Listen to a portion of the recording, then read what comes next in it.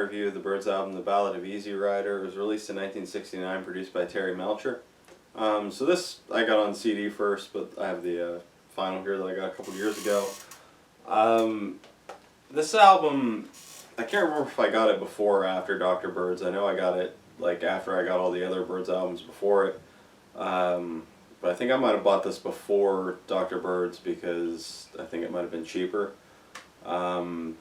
This kind of being like, because I didn't really like Dr. Byrds and Mr. Hyde that much when I first started. Like I didn't think it was nearly as bad as what its like reputation was or what I heard it was, but I didn't really get into it instantly like I did with all their other albums. This one was different though. I did get into this like as soon as I got it, and really enjoyed it and listened to it quite a bit.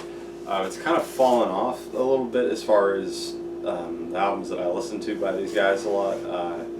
I would say that I listened to these later albums quite a bit, but this one has kind of went from like being the one I listened to the most to being the one I listened to the least. And so when I was listening to it, or going into listening to it tonight, I was kind of expecting that I wasn't going to like it as much as what I remembered, and then I was going to kind of think it was a little bit weaker of an album overall than what I actually did.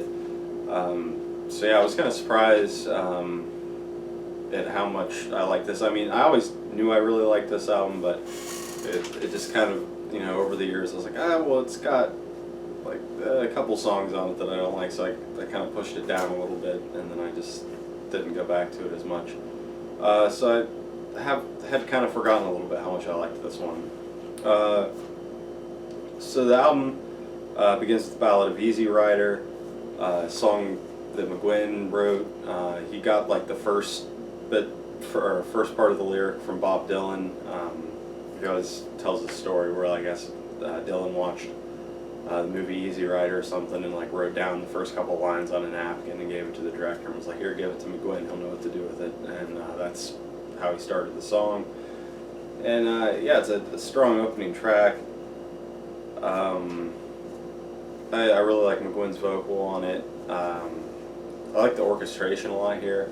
It's kind of weird because like the Terry Melcher, they bring him back here after, like he had done the Byrds' first two albums, which, you know, completely with a completely different group, and then so he comes back here, and I think is also like the band's manager at this point too, and he uses like orchestration on this and on a couple tracks on this album, and then later a couple albums they have a big controversy because he does the orchestration without asking the band. But I think it's just funny that they had such a problem with it later, and then, you know, he was using it here as well. And I think to like good effect both times. Honestly, I think these three later Melcher produced albums are really some of my favorite sounding Byrds albums. This one especially, I just really like the way the production sounds on it, and just think it's a really good sounding album.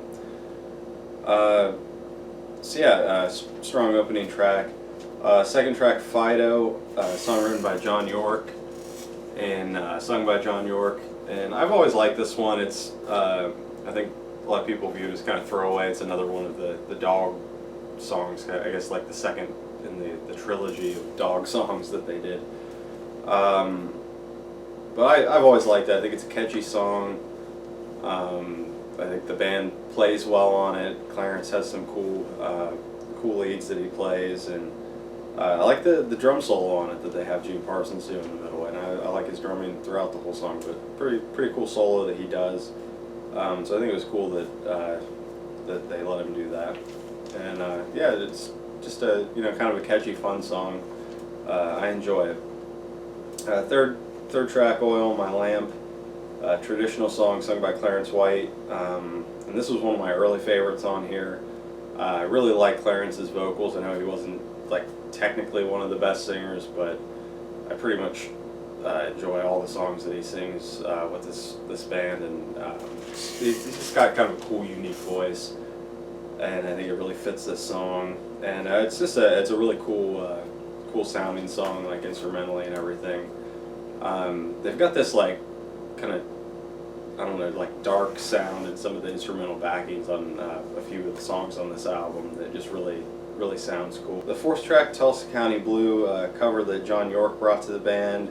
There's a bonus track where he sings it. I prefer the album version, sung by McGuinn. I think he gives a really good vocal on it.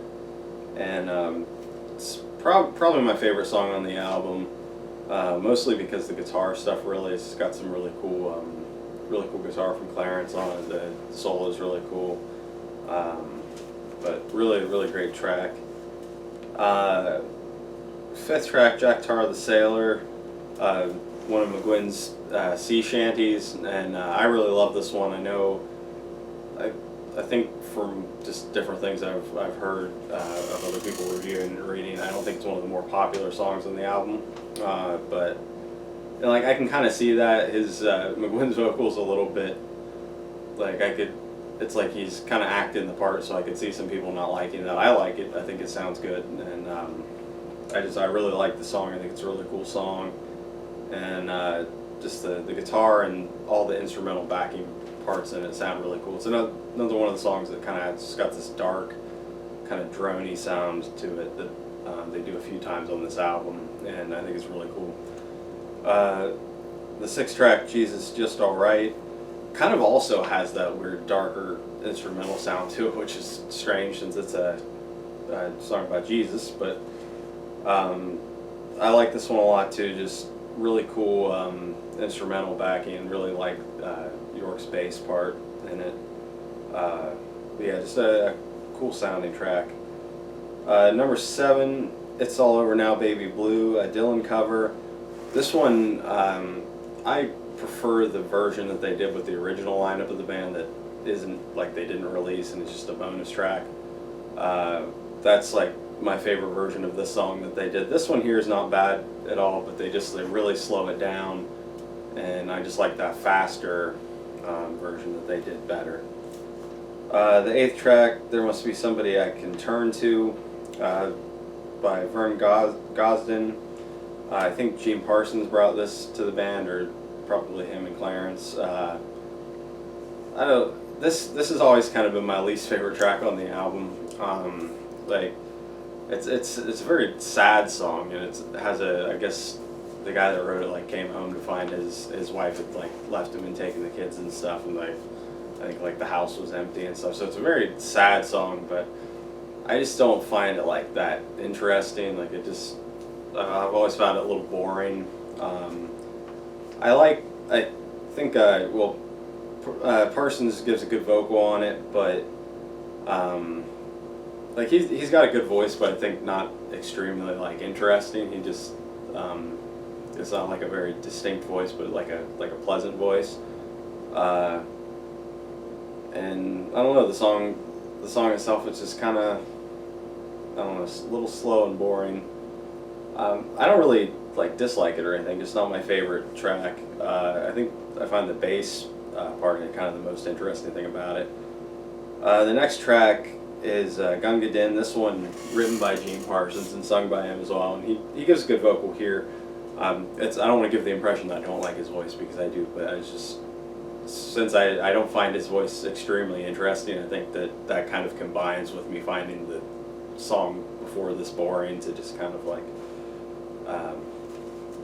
zone out a little bit while it's on. But this one, really strong track, good vocal from Parsons, just a highlight of the album. The 10th track, Deportee, Woody Guthrie cover. This one's always been a highlight for me. I just really enjoy the song. I really like McGuinn's vocal on it.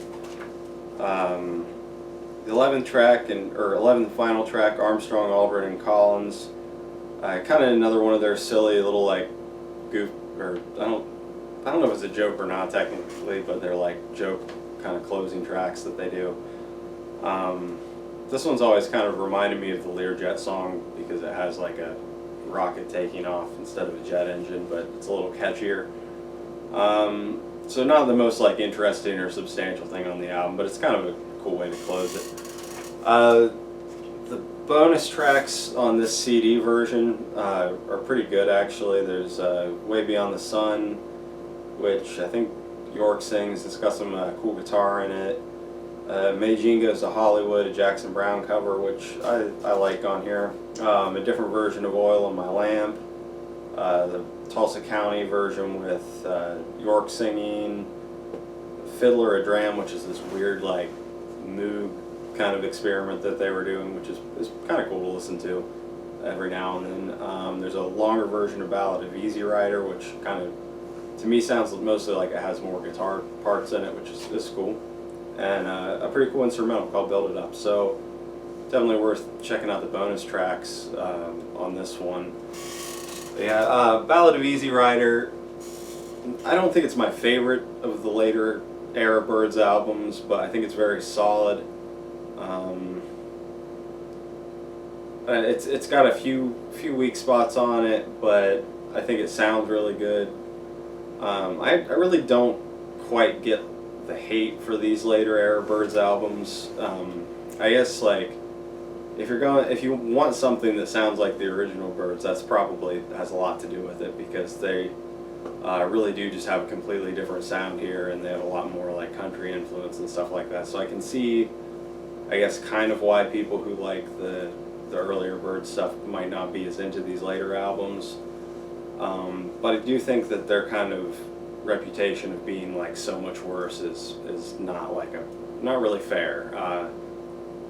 I mean, I think that they're all really well performed and have a lot of strong songs and are just really really solid albums. Like this album, I mean, it's not like it's revolutionary or whatever as their earlier stuff, but it flows really well and is like a really solid listen all the way through.